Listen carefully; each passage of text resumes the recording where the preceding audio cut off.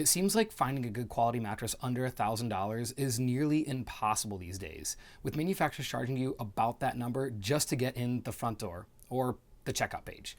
Enter this bed right here. This is the Brooklyn Bedding CopperFlex hybrid mattress, and you can get it in a queen for under $700. But numbers don't tell the whole story, and that doesn't necessarily mean that this is a good mattress. So the question is it a good mattress? Well, that's what we're gonna find out right now.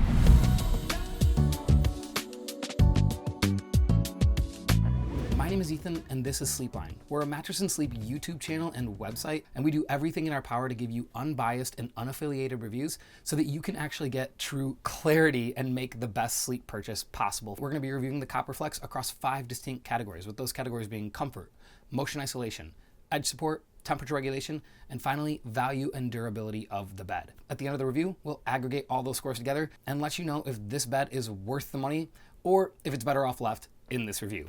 Anyway, with that out of the way, let's dive into the first category, and that is comfort. This is a mattress that you sleep on top of rather than in, and that means that this is a bed that feels a lot more traditional versus that slow, sinky memory foam. You only have 2 inches of memory foam in this mattress. The coils underneath are individually pocketed. Pretty much every mattress is individually pocketed these days that's using coils, so that's not like a huge, whoa, awesome feature. But what it does mean is for side sleepers especially, you're going to get better spinal alignment in this bed as opposed to their all foam variant. This bed here is going to do a great job for all sizes of back sleepers and mid to large side sleepers as well. Smaller stomach sleepers will find that this mattress is pretty dang comfortable, but larger stomach sleepers and smaller side sleepers should probably steer clear of this mattress, really for different reasons. Larger stomach sleepers are just going to compress this mattress too much and they're going to hammock. Smaller side sleepers are probably going to find that the foams don't provide enough pressure relief and they're going to toss and turn all night long. A lot of manufacturers these days have actually shifted over to a zoned individually pocketed coil system, which helps with better spinal alignment overall. However, it's no surprise that that's not here in this mattress. The reality is pretty much every mattress that has a quality zoned coil system is either going to be over $1,000 or sacrificing in pretty much every other area in order to put that system into the bed. To hit the price point that they're at, Brooklyn Bedding did something that I think is actually a pretty good move, and one that Stearns & Foster has done as well. In their transition layer of foam, they actually have a lumbar support layer, meaning in the middle third of the mattress, the foam is a little bit more rigid, a little bit more durable. And that's important because that's where we carry about 50% of our weight as we lay in the mattress, and we need more support there. So rather than diminish the quality of the mattress overall by adding in a better coil system, Brooklyn went with a half-step approach, and I think given the price point we're at, that was definitely the right call. In our testing, we found that this bed comes in at a 6 out of 10 on the comfort scale. For me, as a mid-size side sleeper, I found this mattress to be ever so slightly too firm. If you put this mattress into my room and said, "Ethan, you have to sleep on this," I would be fine. It wouldn't really be that big of a problem.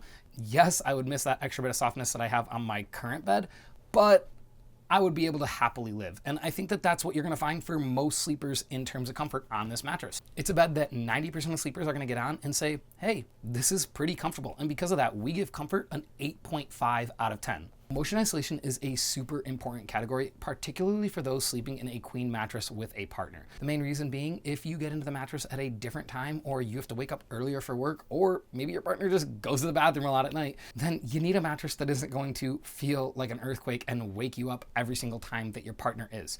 Partner disturbance is actually the number 2 cause of restless sleep, and good motion isolation is the best way to mitigate that. A lot of hybrid mattresses at this price point just don't perform very well. Thankfully, that's not really the story here. The coils in this mattress are tuned really well, so that way they provide the support that you need, but also are not overly tuned. And by the way, when I say overly tuned, I mean overly springy, so that you feel every single thing that your partner is doing inside of this mattress. Right now, what you're seeing is me getting into the mattress with the bowling ball on the other side, and that simulates what your partner might feel in terms of motion when you're in and out. You'll notice that the bowling ball doesn't really move all of that much. Yes, of course, there's a little bit of movement, and most of that motion is actually coming from the top cover. Now, the cover over time will loosen up, and the motion isolation then becomes a real question of how is the actual mattress performing? Well, between the well-tuned coils, the smartly placed transition layers, and the memory foam at the top of this mattress, this bed does incredibly well considering the price point. Now, it's not going to outperform a all foam mattress. Pretty much nothing outperforms an all foam mattress, by the way, because foam is inherently a negative resistance material. And what that means is when you lay down on it, it compresses until it reaches its state of equilibrium. And until you get off of it, it does not return to its original position. Standard comfort foams and coils, on the other hand, are positive resistance. And what that means is when you get onto them, they go beyond their point of natural compression and then spring back to reach equilibrium. They're going to want to go right back to their natural position. The CopperFlex Hybrid is using 2 inches of memory foam at the top, transition foams in the middle, which are positive resistance. So you have negative resistance, then you have positive resistance, and then you have positive resistance again. The secret here is that their coils are tuned really, really well, and their transition foam is not super, super bouncy. And because of that, you get a bed that does really, really well, considering that it's a hybrid, for motion isolation. And in our testing, we found that it's about an 8 out of 10. Next up is edge support, and this is also an incredibly important category for those sleeping in the mattress with a partner. Why? Well, if a mattress has really poor edge support, you're basically gonna waterfall off the edge like this. Now, of course, right there, I got to the very, very edge. No one's gonna be sleeping halfway off of the mattress, but that just demonstrates that this mattress does a really good job in terms of edge support. Now, the CopperFlex Hybrid is also using really, really well-tuned edge coils. What this does is it makes the edge of the mattress just a little bit more rigid. This is nothing new. A lot of manufacturers, almost actually all of them now, are using edge support coils in order to give a better edge so people don't fall out of their mattress while they sleep or while they put their socks on in the morning. But what a lot of manufacturers struggle with is proper execution. Either they barely tune those coils at all, so you don't really have any extra support, or they overtune them and you really can notice as you move to the edge of the mattress. Is this the best edge support that we've ever seen? No, it's definitely not that, but compared to pillow top mattresses, this might actually be the best. And because of that, we give edge support an 8.5 out of 10. And that brings us to temperature regulation. You might think because of their marketing saying, oh, it's got copper in the foam and there's copper in the cover, and copper is a natural conductor of heat, which pulls it away from your body, that you would sleep pretty cool in this mattress. And well, that's really just not the case. Everything that copper is going to do for you is going to pretty much stop working to your advantage within 30 minutes. That's not a Brooklyn thing. That's just a mattress industry thing. If you want to learn more about it, check out our video right here where we expose the mattress industry for all of this cooling BS. The good thing that the CopperFlex Hybrid has going for it is that it is a bed that you sleep more on top of rather than in.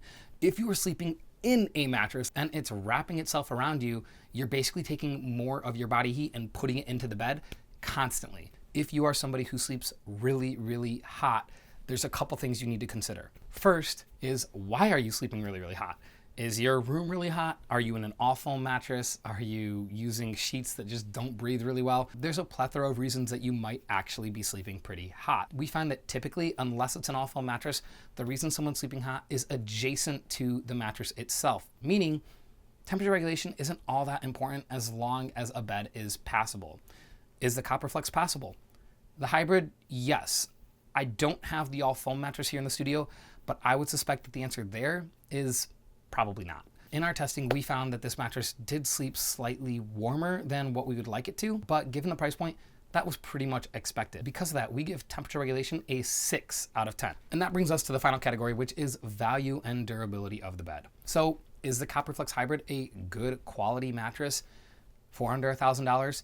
Yeah, absolutely. I actually think that this is like my favorite sub $1,000 mattress that I've reviewed here on the channel. This bed checks almost every single box that I did not expect it to check. It's pretty comfortable, if not just a little bit firm. It has great edge support, it has great motion isolation, and it does a passable job in terms of temperature regulation.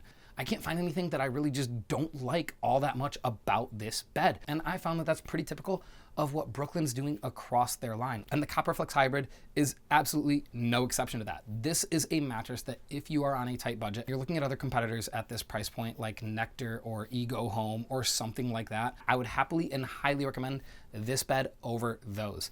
Each one of those mattresses has a significant downside, and that's typically what you're gonna find when you're looking at a mattress under $1,000 is usually 3 or 4 boxes get checked really well, and one of them is absolutely horrible. The Achilles heel here is, of course, the temperature regulation, but I don't think that that's a deal breaker for most sleepers out there. We find that this bed is an excellent value as well, and we give it a 9 out of 10. Now you'll notice if you total up these scores that this bed comes in at a 40 out of 50 or an 8 out of 10. What's important to understand is that here at Sleepline, we take a critical approach so that way you can get better visibility and better clarity and compare and contrast mattresses better, as opposed to most reviews that are going to say, this is a 9 or a 9.2 or a 9.3 and only have a slight variance in what they're saying, and therefore they give almost every mattress a 9 or a 9.5 out of 10. I don't think that we've ever reviewed a mattress that's gotten a 9.5 out of 10 on this channel. I think 9.4 is the closest we've gotten. Believe it was a Helix mattress. But the reason I'm telling you this is so that you understand when you see this score what it actually means. Pretty much all beds under $1,000 are scoring basically under like a 7.5 for us. To get an 8 is a huge jump compared to what else is out there. And because of that, we really, really like this mattress. And it definitely gets my pick for best mattress that you can buy under $1,000. If you found this review valuable, please go ahead and click like and subscribe below. And if you're looking for a mattress and want more information, go ahead and leave a comment below and I'll be happy to help you out. Anyway, thank you for watching and we'll see you in the next video.